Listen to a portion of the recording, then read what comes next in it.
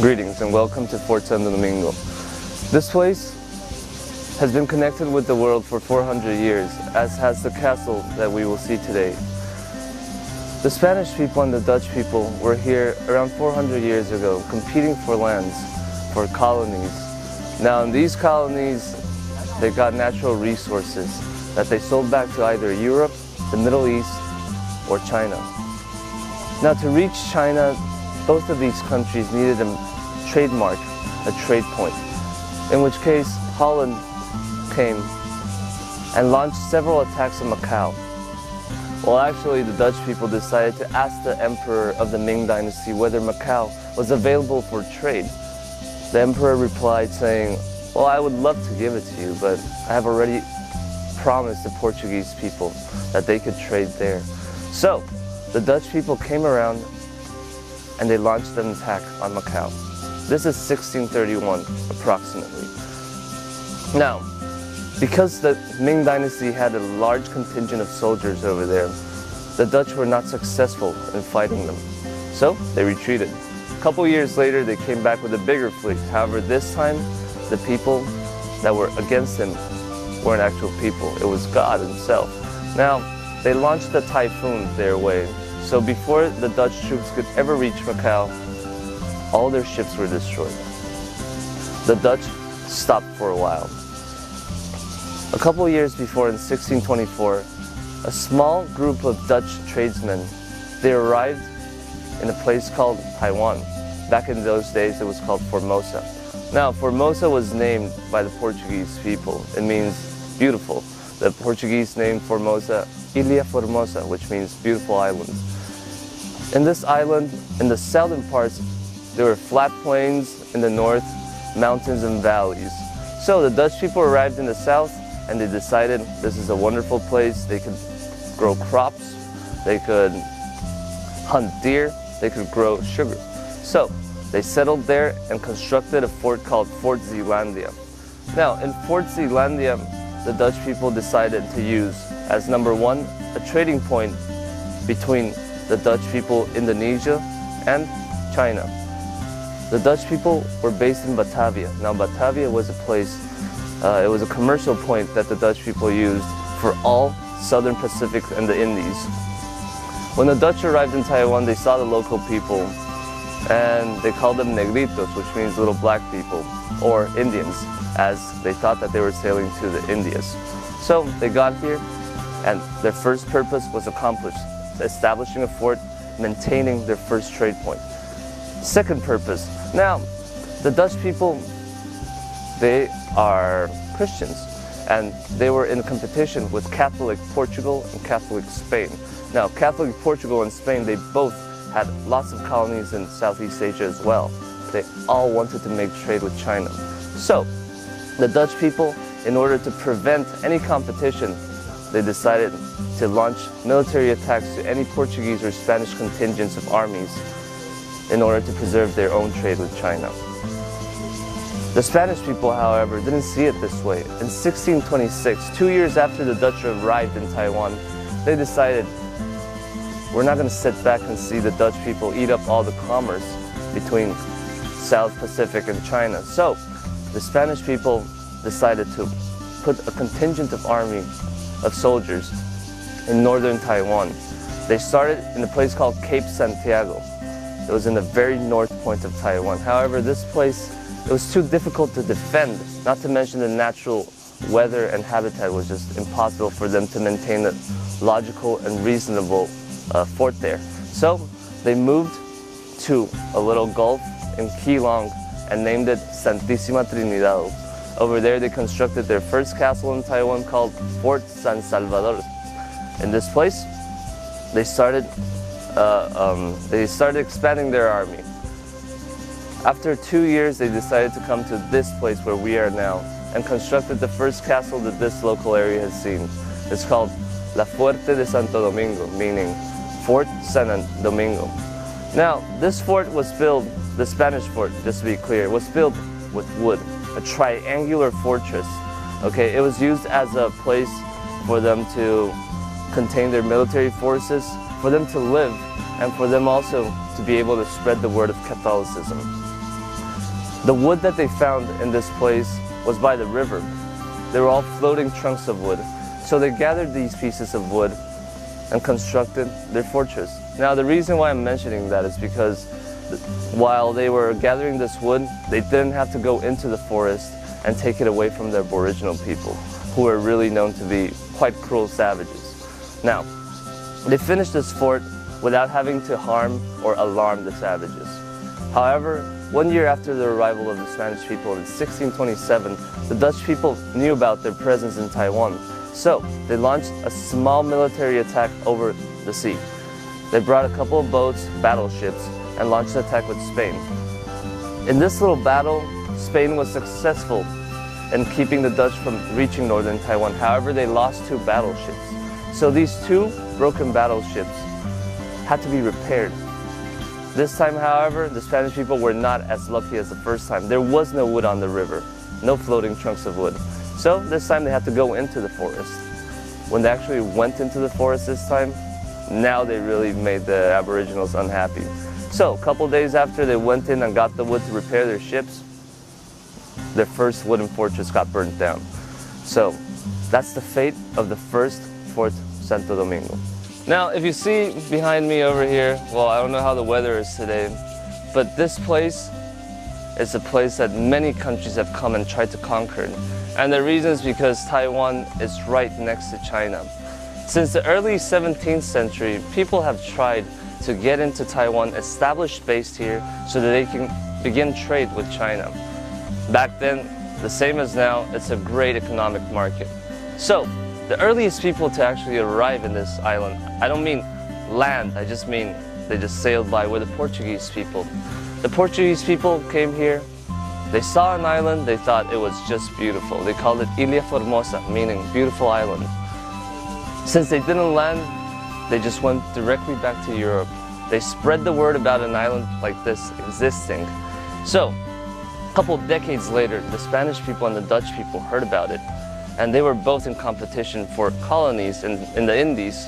So they were both seeking out this island. The first people that actually were able to discover it was Holland.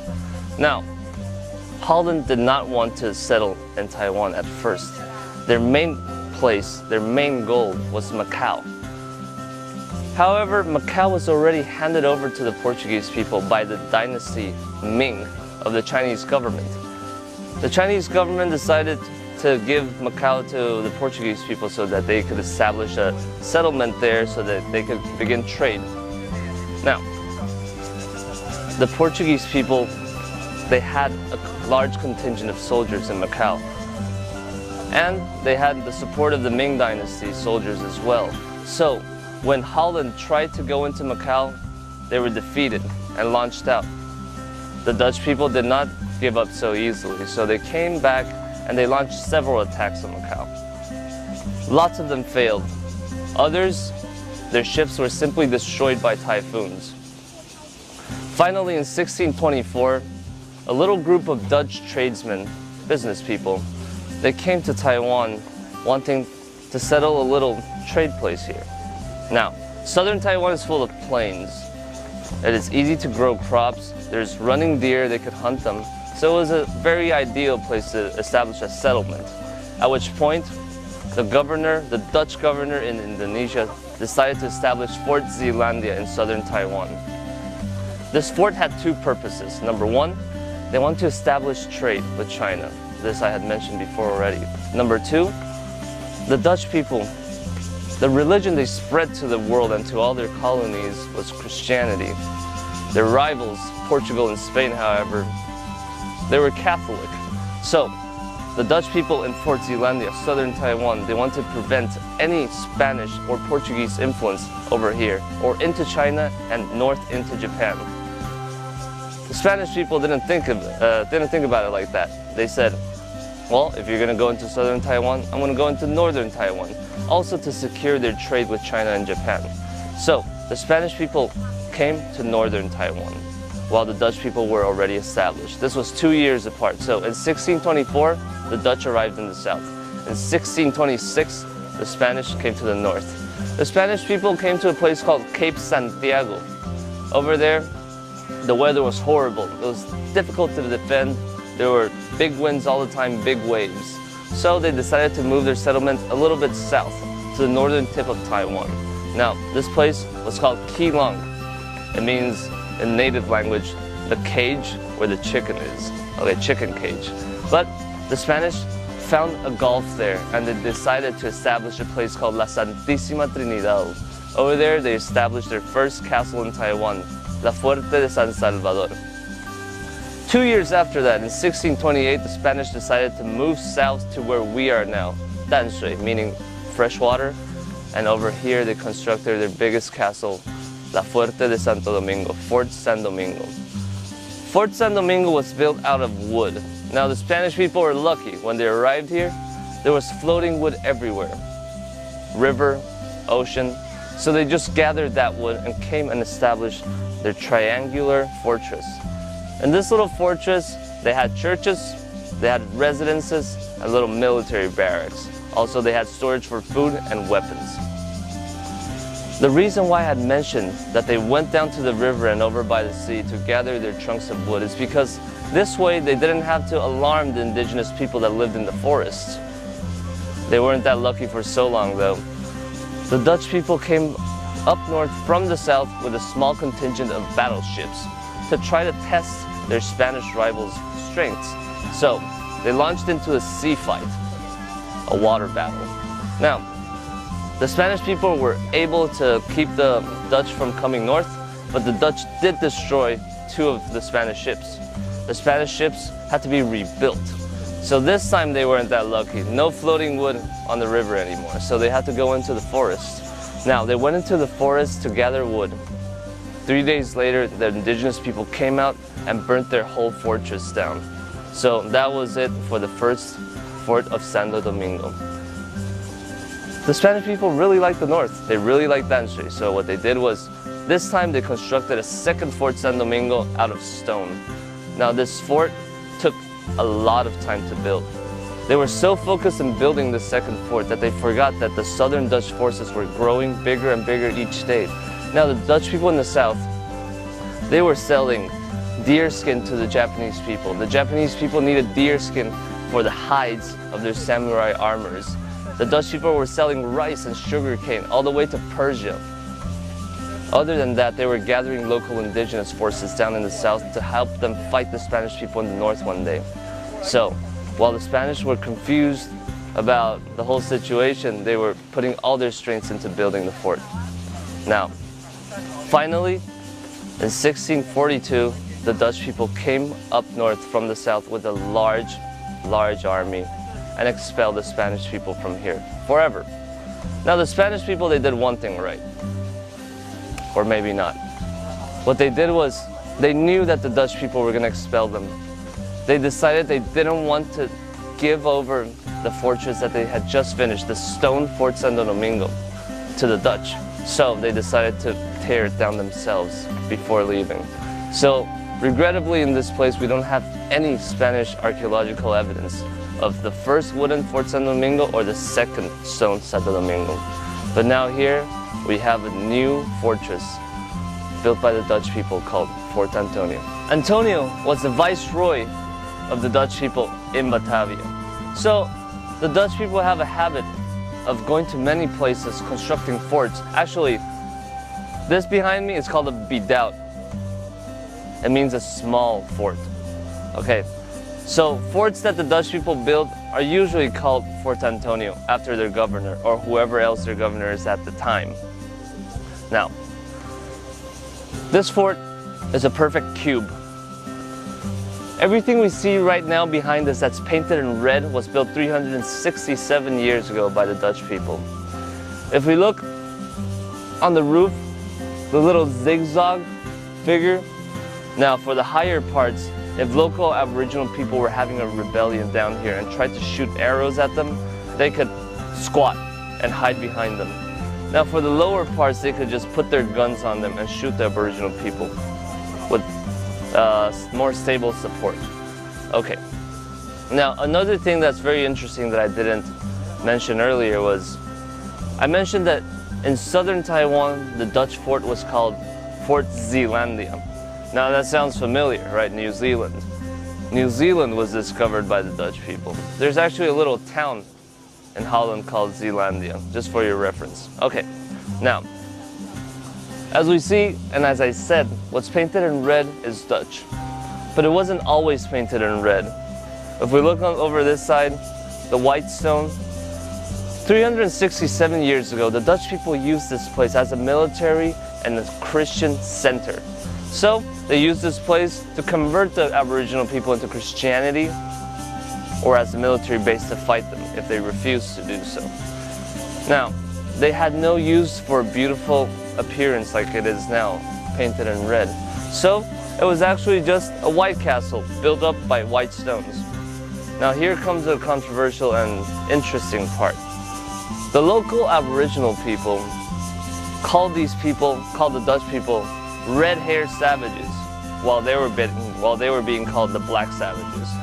Okay, so the red-haired savages built a castle, and obviously the castle was going to be called the Red-Haired Castle. So even today, in our modern elementary textbooks, our kids learn that this castle is called the Red-Haired Castle. It has nothing to do with its color. It has more to do with the people that built it.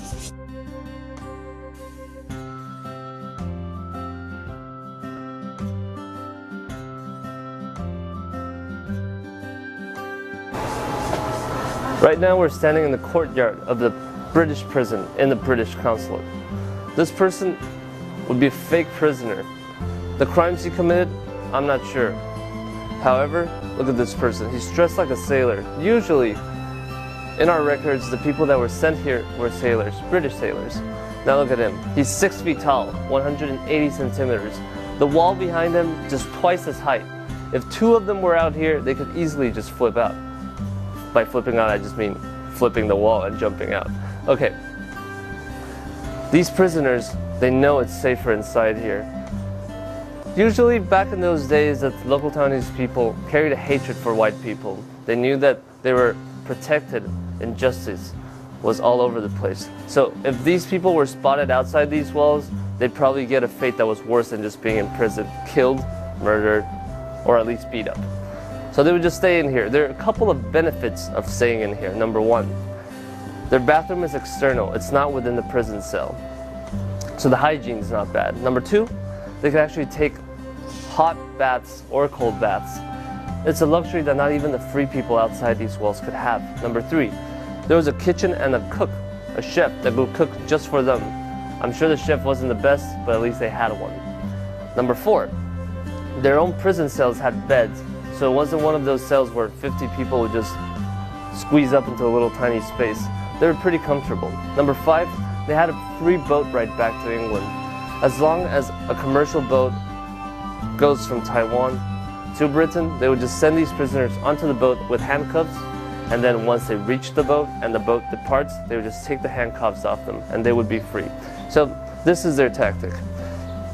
Inside, the British people constructed a brick wall to separate the cell and the outer area. The ventilation holes giving to the outside of the fortress and the inside are vast.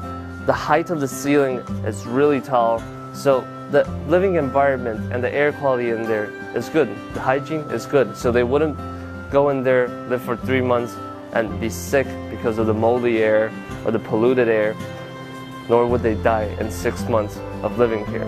This is a safe haven for all British or even Canadian or any allies of the British people in Taiwan. Behind me I have some cannons. Now these cannons are not known for their strengths, but they're very important historically here in Taiwan. Between the Ming and Qing dynasties, as I was saying, there were lots of pirates in Taiwan. Now, in the Qing dynasty, they decided, well, other than constructing the 4 gates around Fort Antonio, we're going to bring some cannons into local Danshui so that we could fight back pirates accordingly. So these cannons actually used to sit right by the river or right by the ocean. Well, the ocean just meaning the sea, and by sea I mean Taiwan Strait. They sat out there trying, I say trying, to hit pirate ships. They have a great problem. Even though you see wheels on them, they cannot actually spin like this. They cannot turn directions. Their fire range is not very far, and the cannon bolts that are hit out are not very strong. So after a while, after the British people converted this place, Fort Antonio, into their consulate, they brought these cannons inside just for exhibition. First, they were outside at the gate. Now, after 2004, after our remodelation of this place, we brought them in here for tourist attraction use.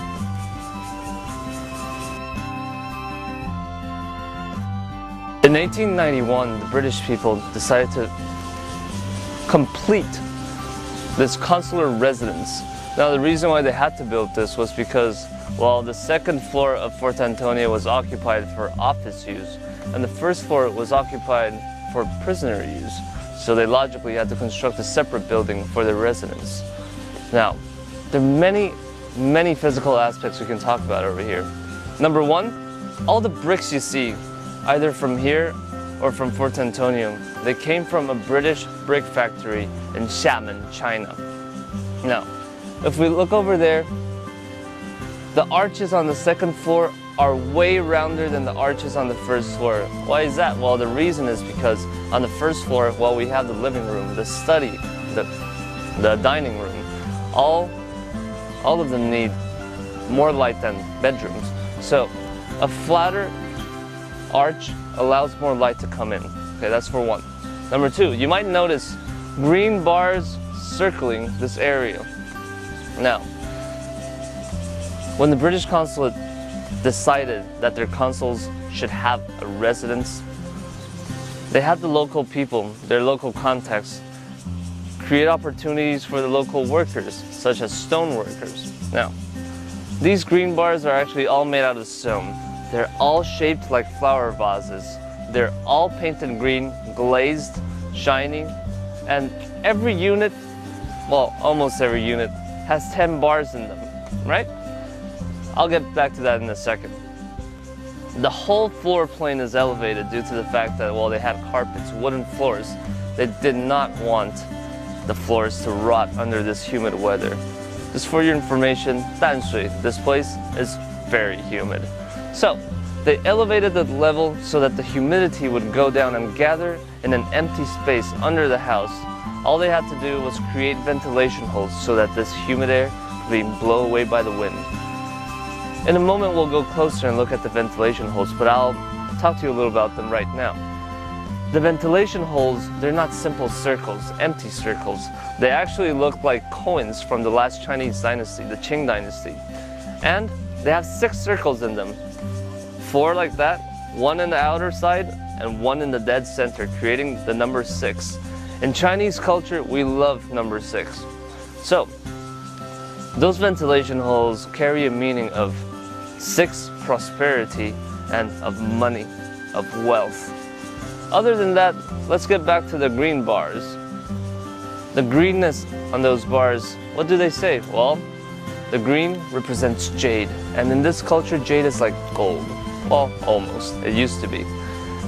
Jade means that you can be very, very wealthy in very many aspects, and it keeps all the evil away from you. So we have some ladies that wear jade bracelets, jade necklaces, jade earrings. All that is to keep evil stuff away from your body. Now, it's even better like this. It keeps evil stuff away from the whole house. Now, the shape of a flower vase. In Chinese, hua ping. Now we take the sound of the second syllable, ping, and create peace out of it. In Chinese, ping, we can say ping ping an an. So there's that meaning in there. And the number 10 is another number of perfection in this culture. So every column has 10 jade bars Well, they're actually stone, as I mentioned. They're just glazed like jade. So everyone living in here will enjoy perfection, peace, prosperity, wealth, safety. So that's the message that the local contact wanted to create for the British consular residents. Okay, let's look at something else. In the dead center, we have two square brick carvings on the on the left and right superior side of the entrance. Now we can't see it from here, but sure, we'll get a shot pretty soon. 1891 is carved in there. It marks the year that this building was completed. In the center of 1891, we have a circle that has engraved inside of it V and R.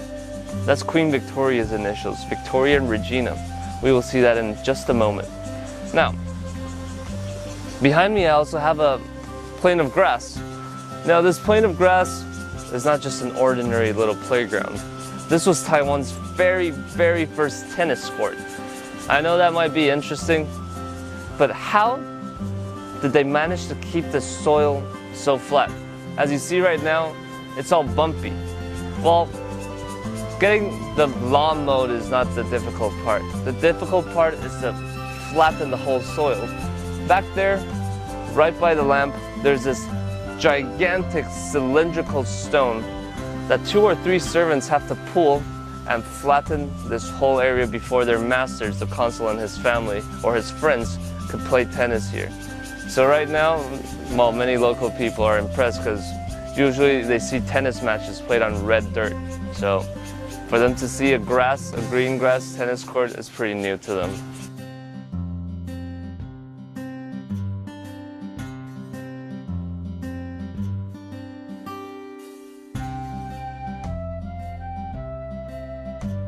During British times, this is their consular residence. Right now I'm standing in the hallway of this residence. The doors and windows are made out of wood. The ones you see now are the ones we remodeled after 2004 due to extreme human conditions of Danshui. Now, if we look at this hallway, we see all these giant bars standing here. Now, what are they for other than beauty? The reason is we have lots of typhoons here, and even if we don't have typhoons, we have strong northern winds. These bars, even though they cannot stop completely the direction of the wind, they can diffuse the strength of the wind into parallel directions so that they don't hit the windows directly. Okay? So that's why these hallways are very important.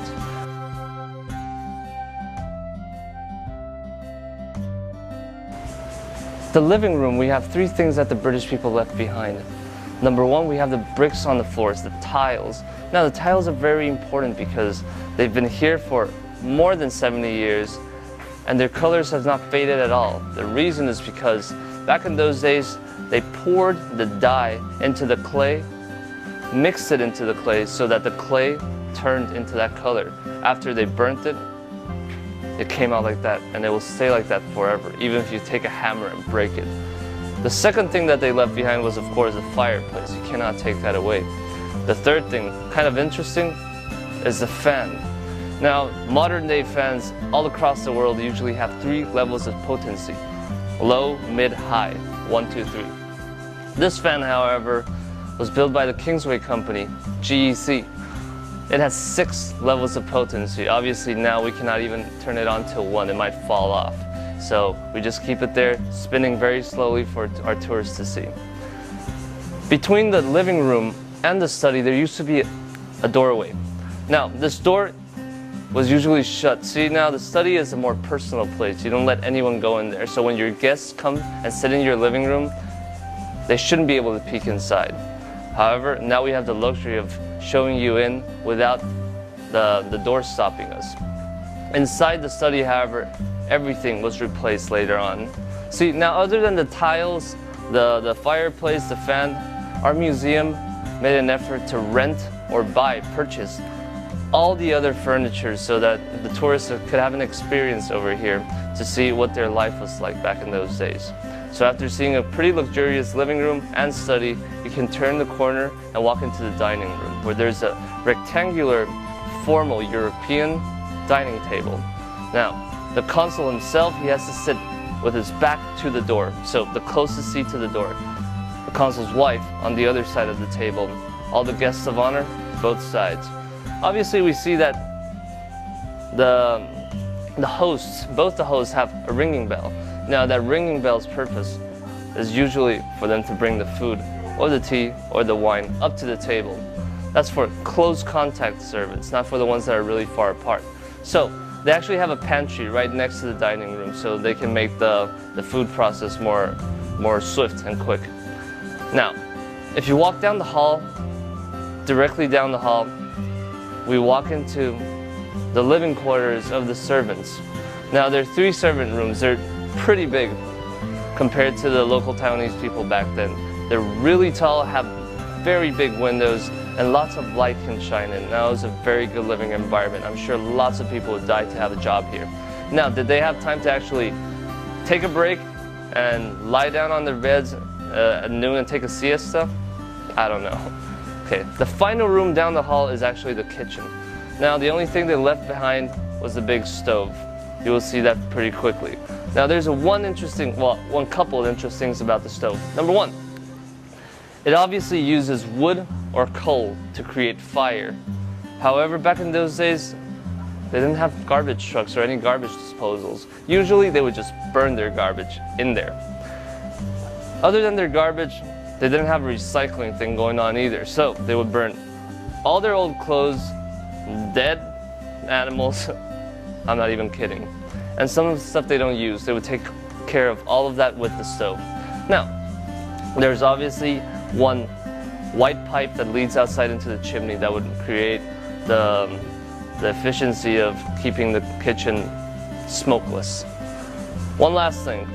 Above, on the higher compartment of the stove, there's a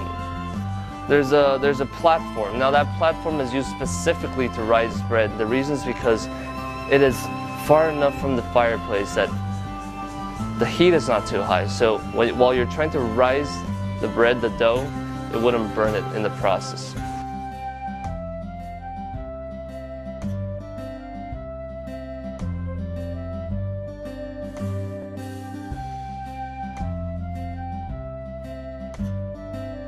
Taiwan was inhabited by indigenous people as far as 8,000 to 15,000 years ago.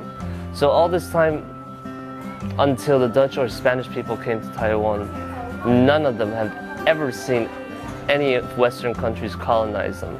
So it's logical that when the Spanish people and the Dutch people came to Taiwan, it was a great rebellion. During the Dutch eras, they did one more thing for history, the history of Taiwan. They created the first mass immigration of Chinese people into Taiwan. That was the first time that the Han Chinese came into Taiwan. Before the Dutch people came here, I'd say, well, history say, not I'd say, that 1,000 to 1,500 people that were Chinese Hans lived in Taiwan, worked in Taiwan. After the Dutch people came here, they needed to import lots of labor from China to help them grow the crops, the sugar, to process the deers, etc. So they imported tens of thousands of people from Fujian into Taiwan. So that was the first massive immigration. One thing that I failed to mention before is the deer. Well, the deer skin, I said, of course, was to sell to the Japanese people so that they could use it as the hide of the samurai armor. How about the meat and the horns of the deer? Well, the meat they would sell to the local Chinese Han people, and the horns they would use as medicine as well. Okay, so after the Dutch era, the Spanish era, the Kashina's era, the Qing dynasty, the British imperial consulate era, Taiwan in 1895, we walk into the Japanese colonial era. Japanese people were in Taiwan for a couple of purposes. Number 1, they needed to establish a very strong coastal Pacific defense line so that they could attack China in the future. Also, China would have been allies with the United States later on, so having Taiwan would prevent US supply cargo ships or airplanes to enter China. So Taiwan strategically is a very important place for Japan. Now, Japan was on a mission on Second World War. Number 1, they wanted to conquer the world. So first of all, they got Manchuria. Second, they wanted the entire work labor force of China so that China would become their factory. Well, they underestimated the people of China and the vast land. In Taiwan though, the Japanese people love two kinds of trees. Number one, Formosan cypress. It's very good wood, used for furniture, used for construction. They grow on the mountains, and most of them were taken in the Japanese colonial era. Number two, camphor. Now, camphor is extremely important. Camphor, we say, have 5 uses. The least of them all, local Taiwanese Han people in the past used to like to make little carvings out of the wood, I'm sorry. Now, other than carvings, sometimes we would make furniture, some replacements for broken household areas. So that's the least used part. Number 4, we would use camphor oil as a kind of essential oil to make us more spirited, to give us some more energy. Sometimes used during modern day spa massages. Number 3, now this is the most commonly known one. Camphor oils create a scent that repels insects. So we create many kinds of insect repellers with camphor oil. Number 2, in the days that we did not know how to use petroleum to create plastic, we used camphor oil to create a thing called celluloid. Now celluloid, we could make X-ray films, camera films, anything that you can think about that uses plastic today could be used with celluloid. Buttons, pen caps, just everything. However, number 5, number 4, number 3, and number 2, all these uses of the camphor oil are minuscule compared to its main purpose. More than 90% of all camphor exported from Taiwan was used for one thing. Now, 2,000 years ago, when China was united by our first emperor, the Qing Emperor, he decided, well, I have the world now I want to have immortality. So he started having lots of his sorcerers start to create the elixir of life, Chinese alchemy. All these people started burning things in their huge stoves, from leaves to trees to wood to stone to metals. They tried everything. They couldn't. So one genius came and he grabbed a piece of sulfur and burnt it, and it exploded. And ever since, the world knew what dynamite was. This gunpowder, I'm sorry, not dynamite, gunpowder. This gunpowder was a black powder. So all the way up to the Tang Dynasty in China, people used it as firecrackers. And then in the Song Dynasty, the following dynasty, people used it in actual warfare. But this gunpowder was nothing compared to what Noble invented hundreds of years later. Dynamite. Now dynamite, unlike gunpowder made out of sulfur, was made out of nitrate. Now this nitrate was extremely explosive and difficult to contain, very unstable. So people would usually, well, when it's in high temperature areas, when it is subjected to big massive quakes, not earthquakes, I just mean any people that would shake them, this nitrate might explode. So actually Noble's younger brother and his father, well, his brother died and his father lost a leg experimenting with this nitrate. So Noble, in order to solve this problem, started seeking ways that would stabilize this nitrate. Finally, they realized that camphor oil has a unique capacity of stabilizing it when you're just putting it away and maximizing its explosive powers when you shoot it out. So ever since, the Japanese people started exporting camphor oil everywhere in the world so that warlords, war manufacturers could use it to perfect their nitrate.